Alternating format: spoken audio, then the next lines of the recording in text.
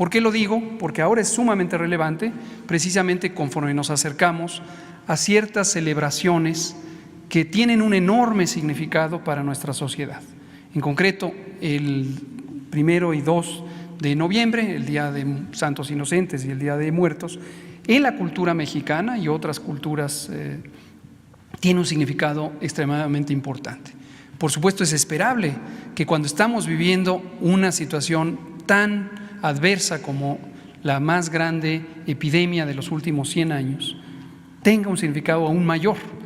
Hay personas que han perdido la vida, hay familias que están en duelo y este es un momento de reconciliación espiritual, emocional con sus seres queridos perdidos y quienes han perdido la vida por otras múltiples causas.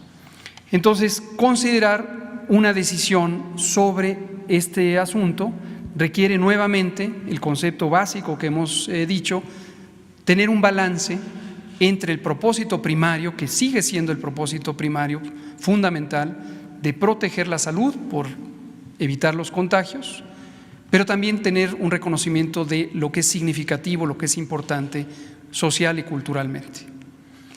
En los panteones en México se conoce, está descrito, que son sitios de congregación durante las festividades del Día de Muertos. No hay duda desde el punto de vista técnico, científico, de la salud pública, por las razones que acabamos de comentar, que esos se vuelven espacios de alto riesgo de contagios. No hay duda, y por favor toda la sociedad lo tenga claro, congregarse en cualquier sitio público es un espacio de riesgo y entre más personas se congreguen y de más lejos que vengan es mayor el riesgo. Pero hay que considerar también ese otro aspecto sociocultural. Por lo tanto, en general la recomendación es evitar confluir y, de ser posible, que se tomen las decisiones administrativas, que en este caso corresponden a los municipios. Los panteones son una responsabilidad municipal.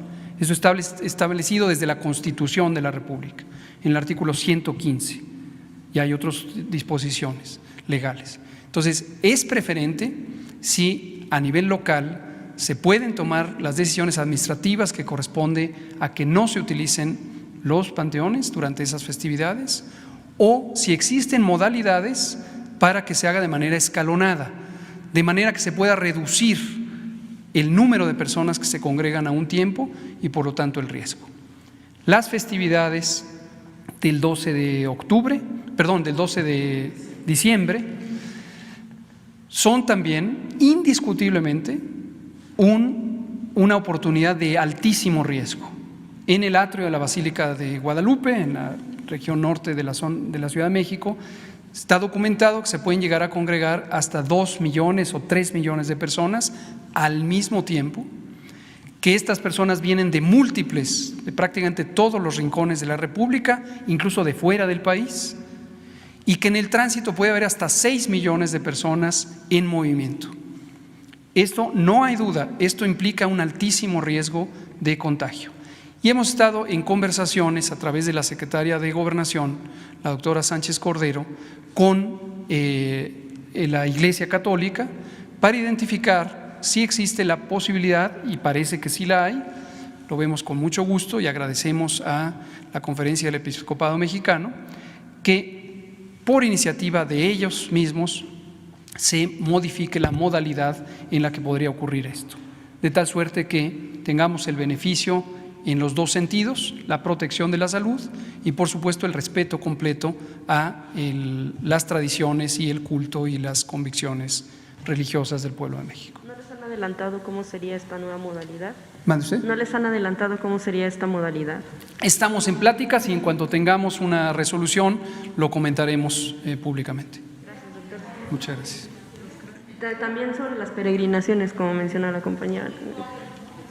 Lo mismo, todo, es decir, aquí no hay una duda científica. Donde hay congregación de personas, sea cual sea la razón, hay riesgo. Lo que hay que pensar en esta dimensión de la complejidad del manejo de la epidemia es los eventos que pueden tener un significado tan trascendente y hay que considerar eso para lograr, por los mecanismos de persuasión, pues cambiar esa situación. Y aquí aprovecho para comentar algo que lo hemos dicho varias veces, lo hemos dicho incluso en las comparecencias ante los cuerpos legislativos. Hay una gran diferencia de la que nos sentimos muy satisfechos entre el manejo de la epidemia en México y los mecanismos por los que se ha manejado en otros países, sin menospreciar los logros que pudieran haber tenido otros países. Desde el inicio, y lo seguimos sosteniendo, tenemos la convicción de que no es con la coerción, mucho menos con el uso de la fuerza pública, cómo se logra las modificaciones del comportamiento social favorables al control de la epidemia. Eso fue una decisión, no es un accidente. En México decidimos, lo hemos comentado en esta conferencia y en la vespertina muchas veces, decidimos que no ejerceríamos la coerción, ni por la vía administrativa, ni mucho menos con el uso de la fuerza pública. Y las razones son bastante obvias para nosotros y yo creo que para la sociedad. En México tenemos una sociedad con enormes desigualdades sociales y económicas. Tenemos también una historia de polarización social en la que hay actitudes de estigma, actitudes de discriminación, actitudes de confrontación. Tenemos también una muy lamentable trayectoria, sobre todo en los años o sexenios recientes, de abuso de la fuerza pública, de violentación de los derechos humanos.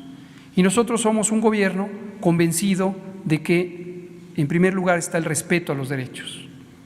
Entonces, nos quedó muy claro que si las acciones de prevención, de control de la epidemia, se situaban sobre el individuo y al individuo se le obliga a que haga una cosa o la otra, el cubrebocas, la distancia, etcétera, se está victimizando a quien en sí mismo, y lo somos todos los que vivimos en el país, somos víctimas de un fenómeno externo que es la epidemia. Y por esa razón diseñamos las medidas de control epidémico para que el sujeto de la acción fueran los espacios públicos que determinan que las personas se encuentren. Las disposiciones administrativas, claro que existen, claro que están a cargo del gobierno, claro que son responsabilidad del gobierno y las hemos ido ejerciendo, pero si se fijan ustedes, están dirigidas no a las personas, están dirigidas a las razones por las que las personas salen de casa y se congregan. Mayormente las personas salen de casa y se congregan por tres circunstancias: el estudio, el sistema educativo nacional, que fue la primera actividad que se interrumpió temporalmente y que nos permitió tener 40 millones de personas, según hemos estimado, fuera de la circulación pública, 40 millones. El trabajo, y por eso la disposición administrativa que surgió del acuerdo del secretario de Salud y del Consejo de Salubridad General, fue la suspensión de los empleos temporal, excepto actividades esenciales. En la administración pública permanecen también suspendidas las actividades, excepto las esenciales para el servicio al público. Y la tercera razón es, le voy a llamar en términos genéricos, la recreación.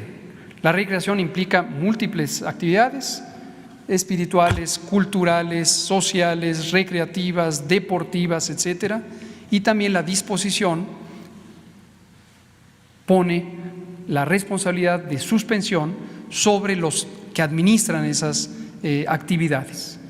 En su momento los museos, los cines, los teatros, las playas, las plazas públicas, las propias iglesias. Por cierto que eso también, y lo agradecemos, se hizo por consenso. Platicando muy tempranamente con la Conferencia del Episcopado Mexicano, identificamos en ellos la enorme voluntad y colaboración y ellos mismos ejecutaron la suspensión temporal de las actividades eclesiales en los templos.